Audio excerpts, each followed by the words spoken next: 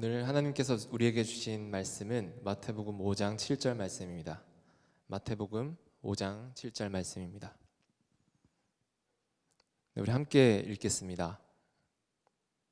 네, 긍휼히 여기는 자는 복이 있나니 그들이 긍휼히 여김을 받을 것이며 이는 하나님의 말씀입니다. 아멘. 사랑하는 하이 청년부 여러분 반갑습니다. 반갑습니다. 네, 우리 옆 사람과 한번 같이 인사해 볼까요? 반갑습니다. 잘 오셨습니다. 네,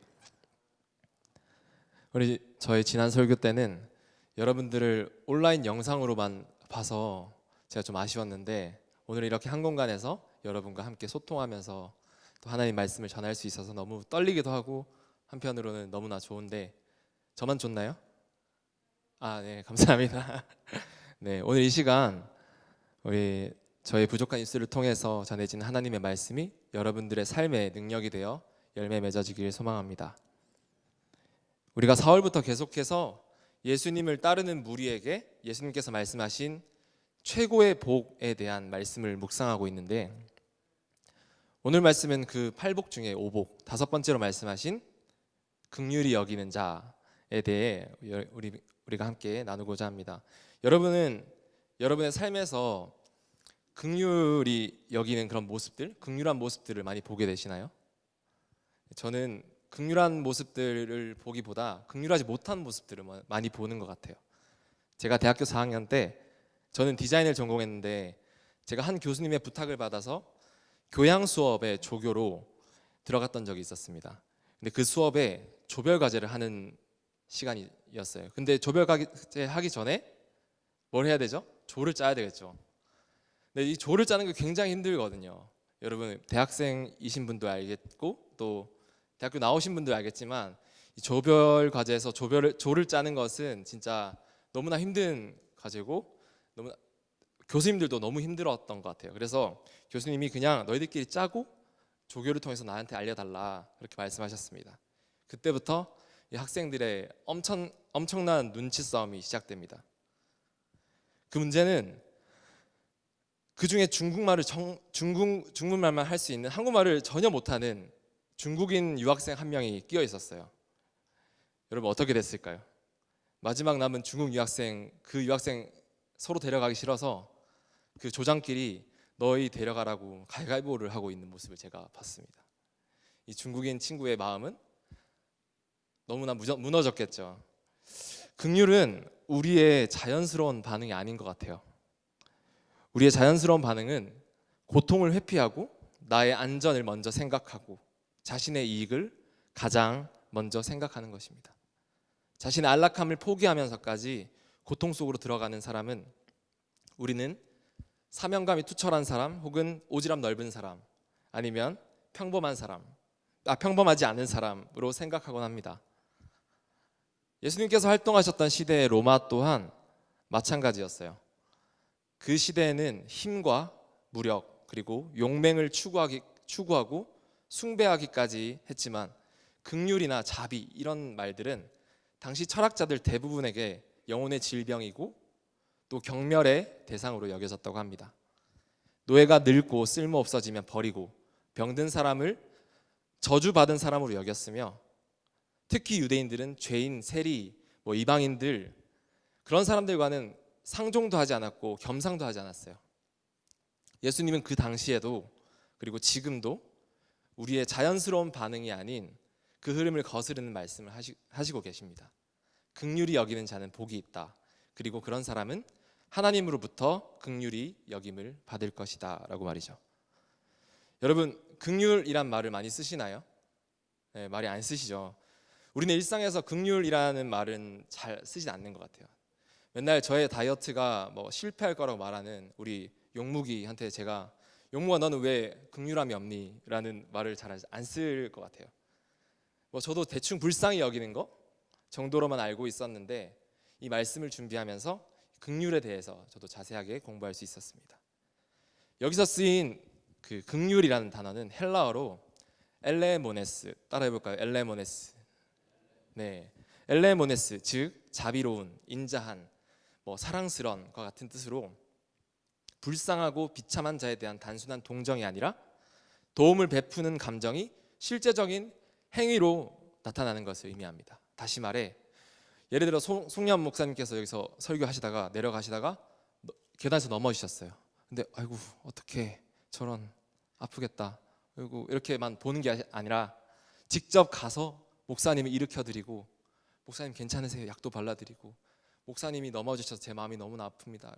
진짜 찢어질 듯한 그 감정으로 그 아픔에 동참하는 것, 그것이 여기서 말하는 긍휼이라는 것입니다.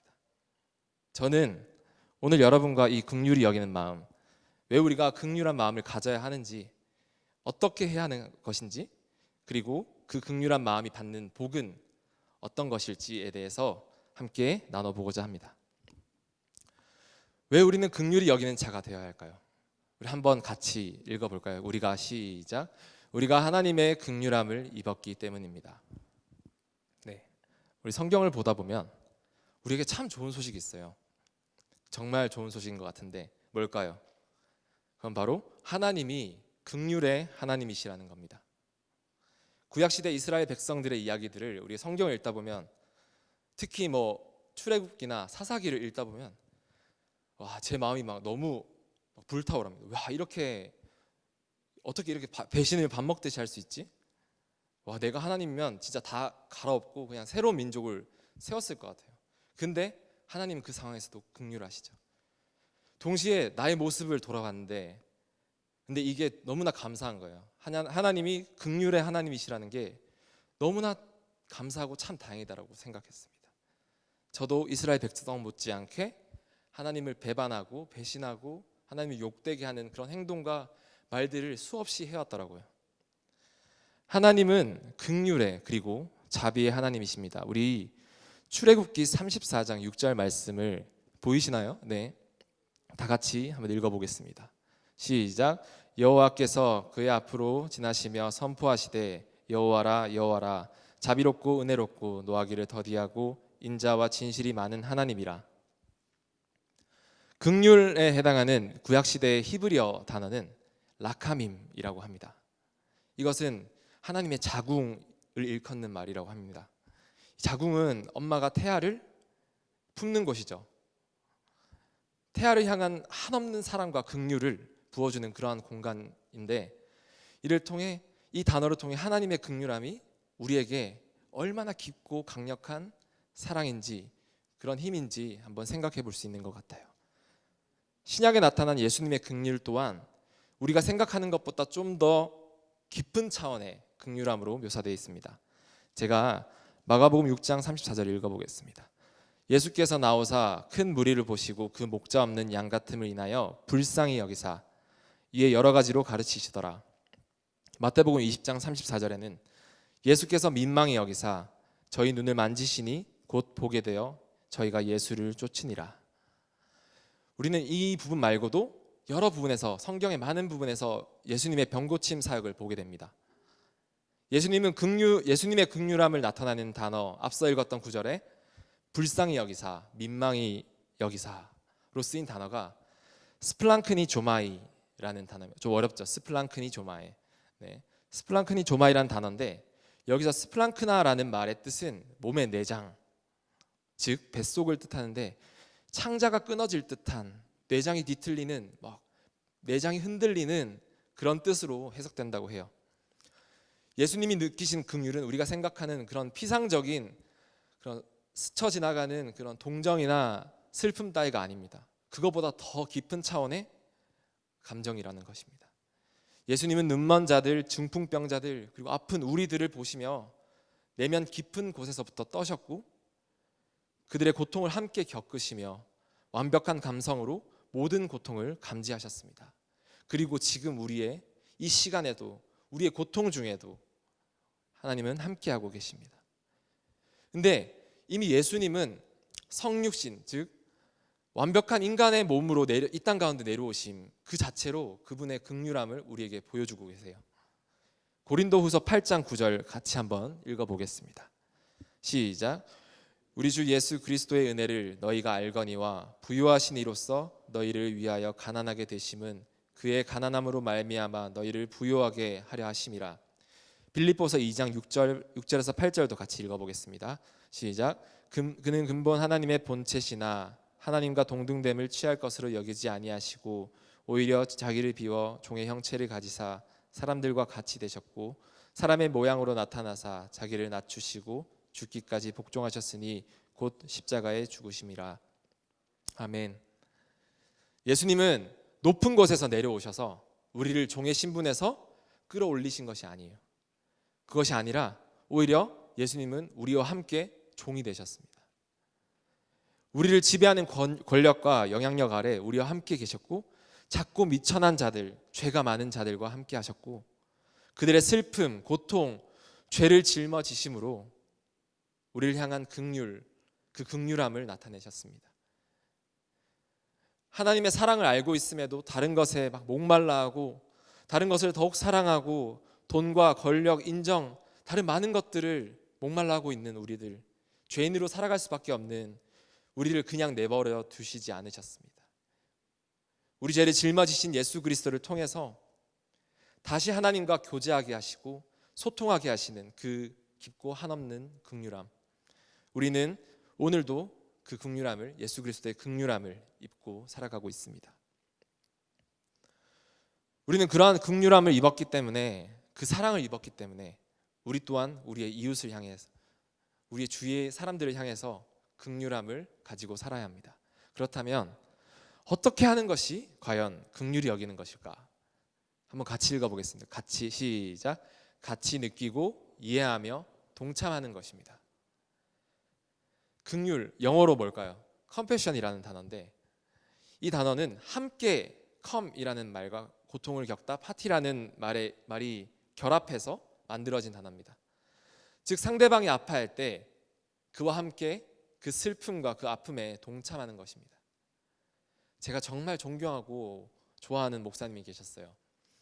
신학생이 되기 전, 그리고 여기 연동교회도 오기 전에 제가 호주에 있을 때 만난 목사님이신데, 제가 신학생이 되고 신학을 하게 된 이유도 그 목사님한테 있어요. 그래서 빨리 목사님을 찾아뵈야지 하다가 몇 달 전 주일 오전에 목사님께서 돌아가셨다라는 소식이 들었습니다. 근데 제가 그 소식을 듣고 엄청 울었던 적이 있어요. 눈이 막 팅팅 부을 정도로 엄청 울었는데, 막 그래서 급하게 막 호주 갈 거라고 비행기표도 알아보고 했는데 너무 비싼 거예요. 당시 제가 가진 돈으로 편도밖에 못 가는 그런 가격이었어요. 그래서 너무나 막 절망하고 있는데 그 옆에 계셨던 한 전도사님께서 그런 저를 보고 위로하시며, 돈이 모자라면 내가 보태줄 테니까 지금 당장 비행기표를 끊어라, 그러면서 토닥여 주시고 위로의 말을 같이 해주셨습니다.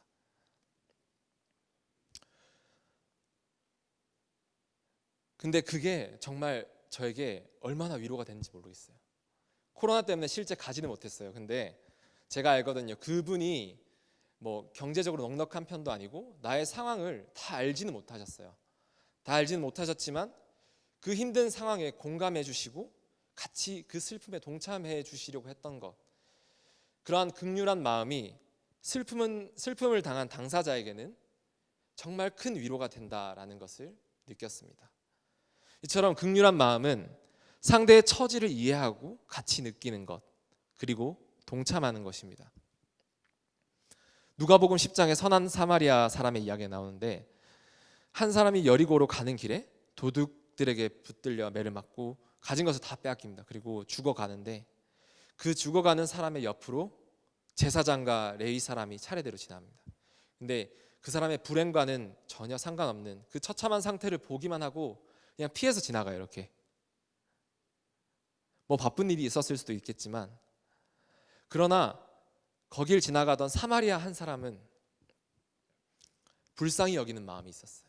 그 불쌍히 여기는 마음이 그로 하여금 가던 길을 멈추게 하였고, 그 불쌍히 여기는 마음이 그 사람의 상처를 자세히 살피게 하였습니다. 자신의 옷을 찢어 상처를 싸매어주고 가지고 있던 기름을 부어서 상처를 씻어주고, 그 불쌍히 여기는 마음이 사마리아 사람으로 하여금 그 상처 입은 사람을 나귀에 태워 주막까지 가도록 만든 것입니다. 제사장과 레위인, 그들은 하나님을 믿는 믿음은 있었을지 모르겠습니다. 근데 하나님의 자비와 긍휼함은 알지 못하는 사람들이었고, 상한 사람들을 향한 그 공감하고 불쌍히 여기는 마음은 없었어요. 환난 중에 있는 자를, 그리고 아픈 가운데 있는 자들을 불쌍히 여기는 마음, 이것이 긍휼입니다. 성경은 우리에게 하나님의 긍휼하심, 주님의 자비하심은 마음을 배우라고 말씀하십니다. 미가서 6장 8절에 사람아, 주께서 선한 것이 무엇임을 내게 보이셨나니 여호와께서 내게 구하시는 것은 오직 정의를 행하며 인자를 사랑하며 겸손하게 내 하나님과 함께 행하는 것이 아니냐. 에베소서 4장 32절에는 서로 친절하게 하며 불쌍히 여기며 서로 용서하기를 하나님이 그리스도 안에서 너희를 용서하심과 같이 하라. 누가복음 6장 36절에는 너희 아버지 자비로우심 같이 너희도 자비로운 자가 되라라고 말씀하고 계십니다. 긍휼은 같이 느낀다는 것입니다.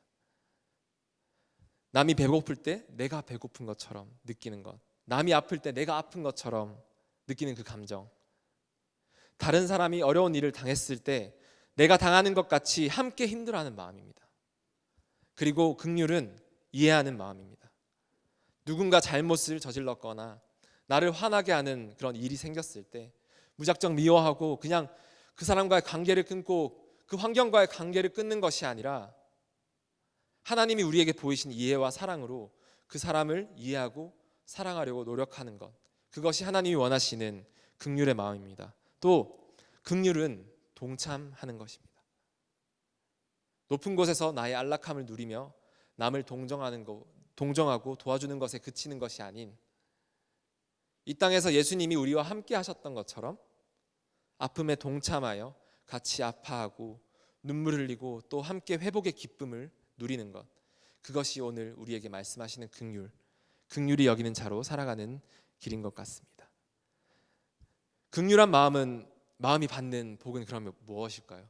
긍휼한 마음이 받는 복은, 우리 한번 같이 읽어보겠습니다. 시작. 하나님의 나라를 사는 것입니다.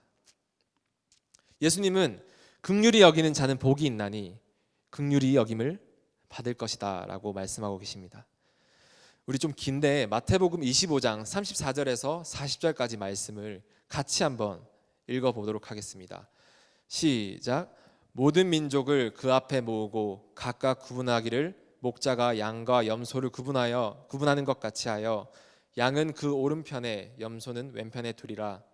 그때 임금이 그 오른편에 있는 자들에게 이르시되 내 아버지께 복받을 자들이여 나와 창세로부터 너희를 위하여 예비된 나라를 상속받으라.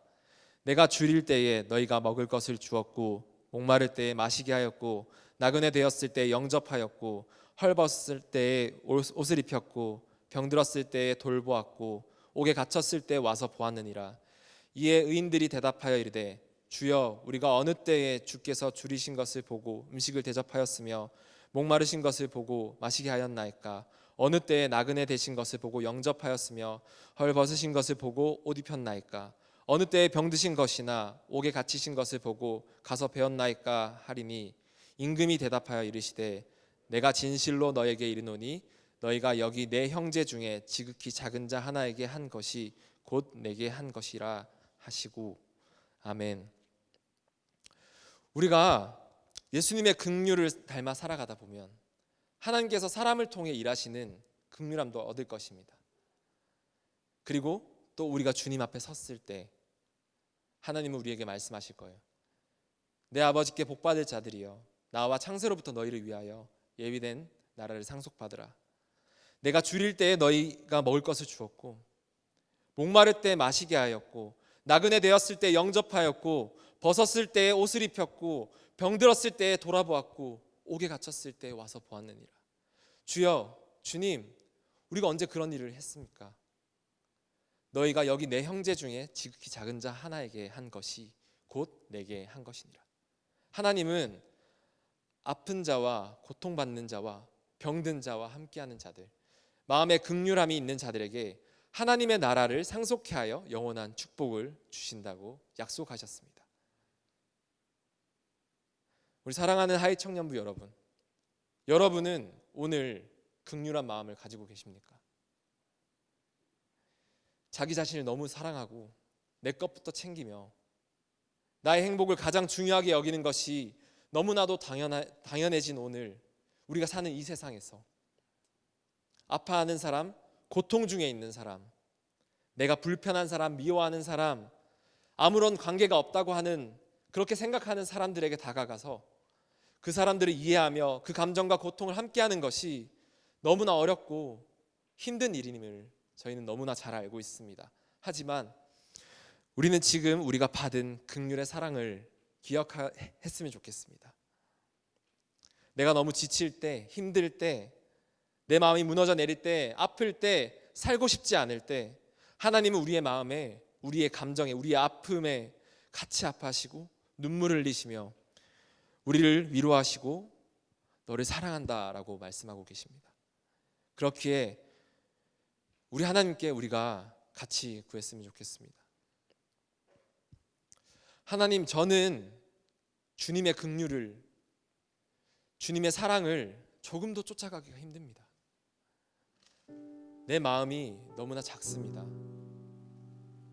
남을 위해 함께 아파하고 눈물을 흘리고 싶지만 내 상황과 불안과 불편함에 가로막혀서 긍휼한 마음을 도저히 가질 수가 없습니다. 하지만 주님을 신뢰합니다. 저는 하지 못할지라도 주님은 저를 통해 그 긍휼한 마음을 가질 수 있음을 믿으며 나아갑니다. 우리의 마음이 주님 마음 닮아가길 소망합니다 라고 우리 매일의 삶 가운데 매일매일 간구함으로 긍휼한 삶을 하루하루 살아내는 우리 귀한 청년부 모두가 되길 주님의 이름으로 축복합니다.